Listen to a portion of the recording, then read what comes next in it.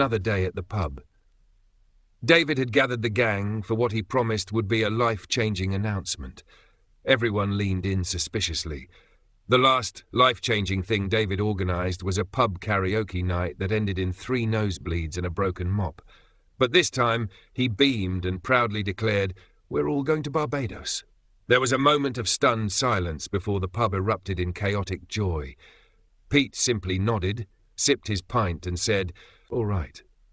Within the hour, Clifford and Warren were in the kitchen concocting mystery sandwiches for the journey, their finest work yet, which is to say legally unclassifiable.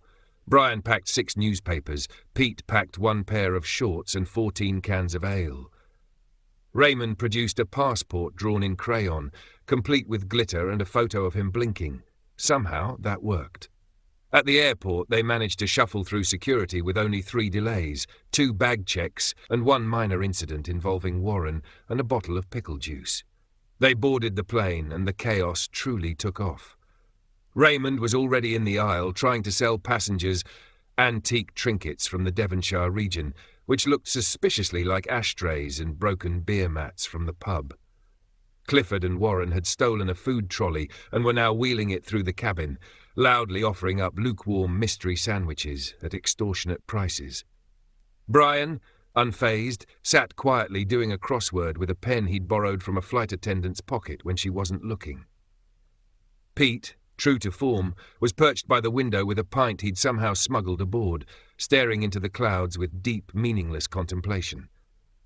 David, for once, allowed himself to relax, reclining his seat a dangerous amount and placing 2 slices of cucumber delicately over his eyes. Then came the voice of the captain.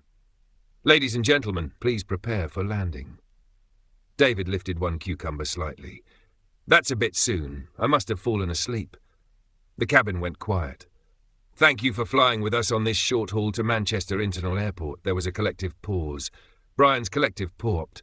Warren dropped a sandwich. Clifford muttered, "Oh, bollocks." David slowly sat up. The cucumbers, almost in slow motion, slid off his eyes and plopped into his lap. Pete took a long sip of his pint and said, "Well, not quite Barbados, is it?" David said nothing. Raymond turned to a stranger and whispered, "Fancy a coaster from 1984? Just another day at the pub, or at least a plane full of them."